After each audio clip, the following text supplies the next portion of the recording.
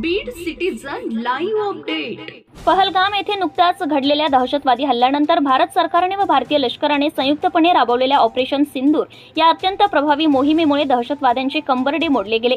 देशाच्या सुरक्षेसाठी जीवाचे रान करणाऱ्या वीर जवानांच्या या कार्याबद्दल कृतज्ञता व्यक्त करण्यासाठी आणि त्यांच्या शौर्याला मानवंदना देण्यासाठी आज अंबाजोगाई शहरात तिरंगा रॅलीचे आयोजन करण्यात आले। या रॅलीचे आयोजन केज विधानसभा मतदारसंघाच्या आमदार नमिता अक्षय मुंदडा यांच्या पुढाकाराने करण्यात आले। शहरातील मुंडी बाजार येथून सुरू झालेली ही तिरंगा रॅली छत्रपती शिवाजी महाराज चौक, सदर बाजार मार्गे भगवान बाबा चौक व अखेरीस डॉक्टर बाबासाहेब आंबेडकर चौक येथे समारोपाच्या सोहळ्यात रूपांतरित झाली। शेकडो नागरिक, विविध सामाजिक संस्था, रिटायर माजी सैनिक, युवक संघटना, विद्यार्थी, महिला व मान्यवरांच्या उपस्थितीमुळे रॅलीला उत्स्फूर्त प्रतिसाद लाभला। या रॅली दरम्यान जय हिंद, भारत माता की जय आणि भारतीय लष्कर अमर रहे अशा घोषणांनी संपूर्ण शहर देशभक्तीच्या रंगात न्हाऊन गेलं।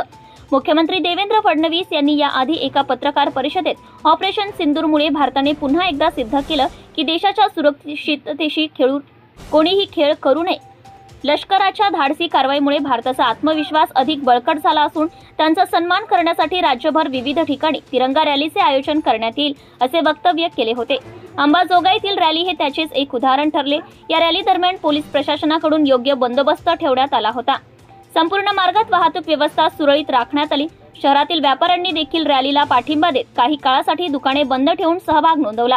देशाच्या सुरक्षेसाठी झुंजणाऱ्या जवानांना मानवंदना देण्यासाठी अंबाजोगाईच्या जनतेने दाखवलेला उत्साह निश्चितच प्रेरणादायक ठरला आहे। या माध्यमातून शहरात देशभक्तीचा नवा सळसळता ज्वालामुखी पेटलेला दिसला। सिटीजन लाईव्ह अपडेटसाठी Feroz Shaikh, Ambajogai. Subscribe now and press the bell icon. Never miss an update.